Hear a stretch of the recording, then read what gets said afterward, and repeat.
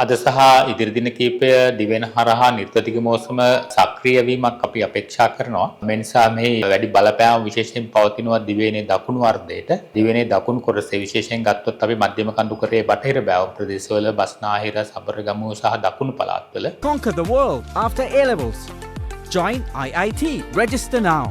සුළං තත්ත්වයේ වැඩිවීමක් අපේක්ෂා කරන්න පුළුවන් අද සවස් කාලයේ සිට. ඒ වගේම මධ්‍යම කඳුකරයේ බටහිර බෑවුම් ප්‍රදේශ ආශ්‍රිතව තරමක වැසි සහිත කාලවන තත්ත්වයක් අපේක්ෂා කිරීමේ හැකියාව තියෙනවා. විශේෂයෙන් මහනුවර, නුවරඑළිය, ඒ වගේම කෑගල්ල සහ රත්මර වගේ දිස්ත්‍රික්කවල තරමක වැසි අපේක්ෂා කිරීමේ හැකියාව තියෙනවා. මේ සමගම අද දිනේ තත්ත්වය ගත්තොත් අද දිනේදී දිවයිනේ බස්නාහිර, සබරගමුව, වයඹ සහ මධ්‍යම පළාත්වලත් ඒ වගේම ගාල්ල, මාතර දිස්ත්‍රික්කවල කඩින් කඩ වැසි බලාපොරොත්තු වෙන්න පුළුවන්. ඒ වගේම විටින් විට හමන තද සුළං තියෙනවා. විශේෂයෙන් මධ්‍යම කඳුකරයේ බටහිර බෑවුම් ප්‍රදේශවලත් ඒ වගේම සබරගමුව, බස්නාහිර සහ දකුණු පළාත්වල විටින් රහමන පැයට කිලෝමීටර් 40-50 පමණ තද සුළං අපේක්ෂා කිරීමේ හැකියාව තියෙනවා. ඒ වගේම දිවෙන වටා මුහුදේ තත්ත්වය ගත්තොත් විශේෂයෙන් දිවෙන වටා සුළං හමා යන නිර්ත දෙසින් පැයට කිලෝමීටර් 30-40 අතර ආගයක පවතින්නේ.